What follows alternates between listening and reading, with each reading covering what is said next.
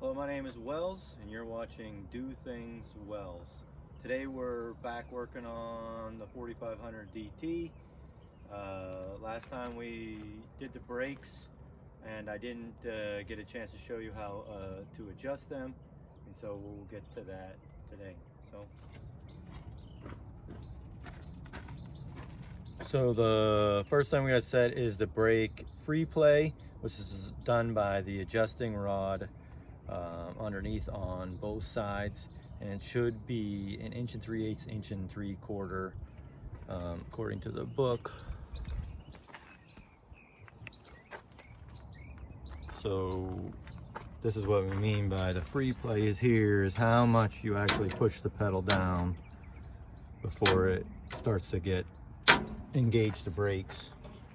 It's gonna be hard to do it with one hand, but basically you just put your tape measure here kind of in the angle of the pedal push, and then as it goes down you would just measure. You want to keep it within this much.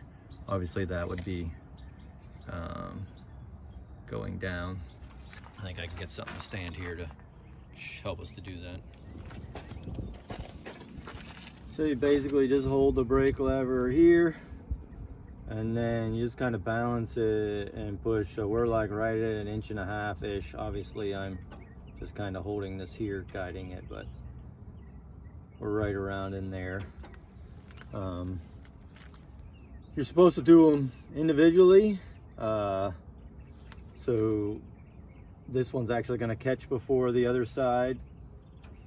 You're looking at it this way.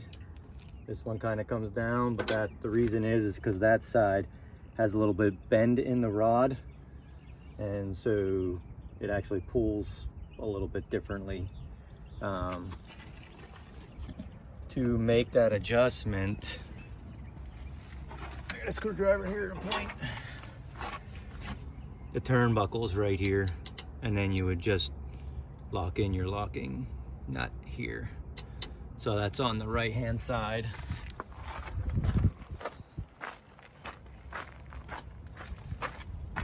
On the left hand side, it's just right here.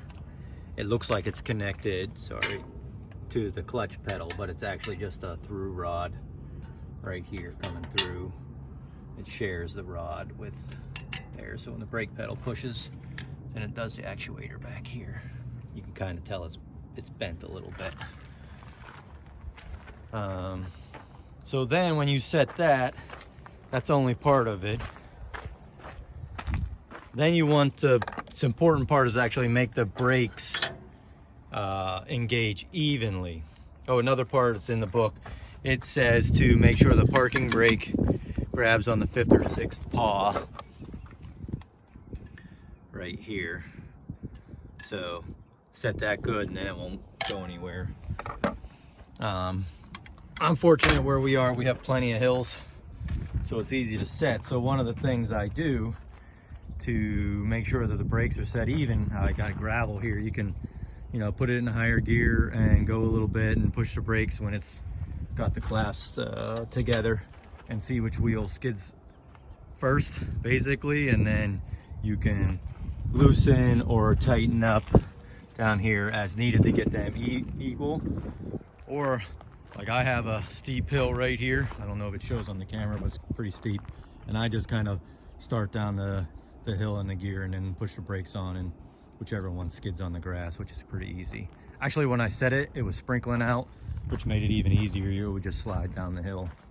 But I'm going to show that here. The idea is just make them even. That way you're not wearing out one brake side more than the other. I'm gonna try to get a video to demonstrate that.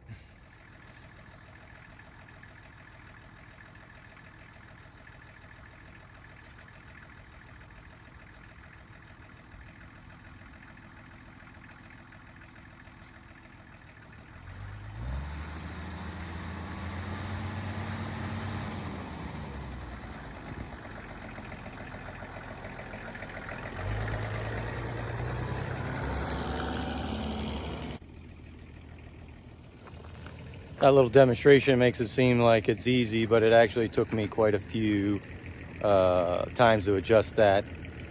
Basically just using this hill here and go down and push the brakes, and one brake would lock up before the other, and I would just come back up, pull into the garage, tighten one, loosen one, maybe only like a full turn. Took me a little bit to get it until it worked even, and it's been working good. I haven't done much work with it. I've given some wagon rides to people who come visit the farm, but outside of that, nothing heavy. But it's going to be nice to have that working. A lot of our property here is steep, and I had been really standing on the brakes to get it to stop, which it would, and the parking brake would engage, but you really had to get on it. Anyways, thanks for watching. I'll catch you next time.